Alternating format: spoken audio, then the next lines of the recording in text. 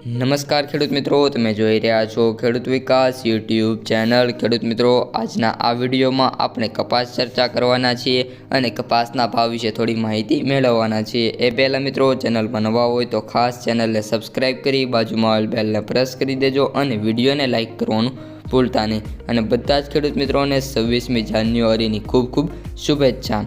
તો સૌપ્રથમ ખેડૂત મિત્રો, આપણે કપાસની અપડેટથી શરૂઆત કરીએ તો MCX વાયદો હાલ 55,900 બોલાઈ રહ્યો છે, જેમાં 200 પોઈન્ટનો જોરદાર સુધારો જોવા મળ્યો છે। તે સાથે મિત્રો, ન્યુયોર્ક કોટન વાયદાની વાત કરીએ તો તેમાં પણ $85.71 સાથે હાલ $0.31નો સુધારો જોવા મળ્યો છે। હવે મિત્રો, કપાસના ભાવમાં વાત કરીએ તો જે છેલ્લી હરાજી થઈ હતી એટલે કે ગુરુવારની હરાજી મુજબ કપાસના ભાવમાં 10થી 15 રૂપિયાનો સુધારો જોવા મળ્યો હતો। મિત્રો, આજે માર્કેટ યાર્ડ બંધ છે, તે તમારી નોંધ લેવાની છે। ઉપરાંત ખેડૂત મિત્રો, હાલ કપાસના સૌથી ઊંચા ભાવની વાત કરીએ તો 1550 નહીં પરંતુ 1600 રૂપિયા લાલપુરની અંદર બોલાયા છે, જે આ વર્ષના સૌથી ઊંચા કપાસના ભાવ કહી શકાય છે।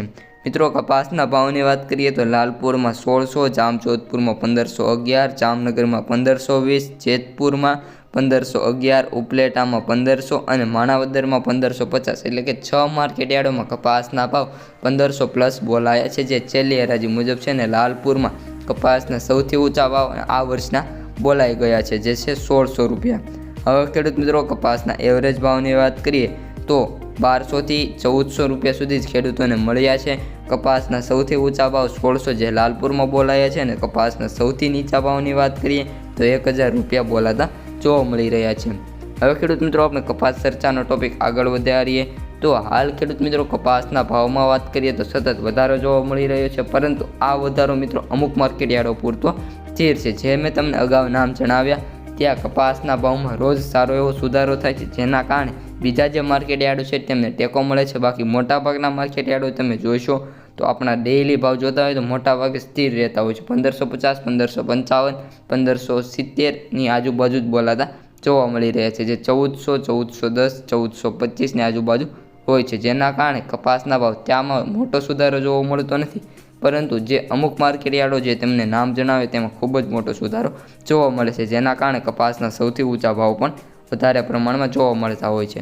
હવે ખેડૂત મિત્રોનો પ્રશ્ન છે કે 26મી જાન્યુઆરી ગયા પછી કપાસના ભાવ જે 5 દિવસ વધશે એમાં વધશે કે નહીં?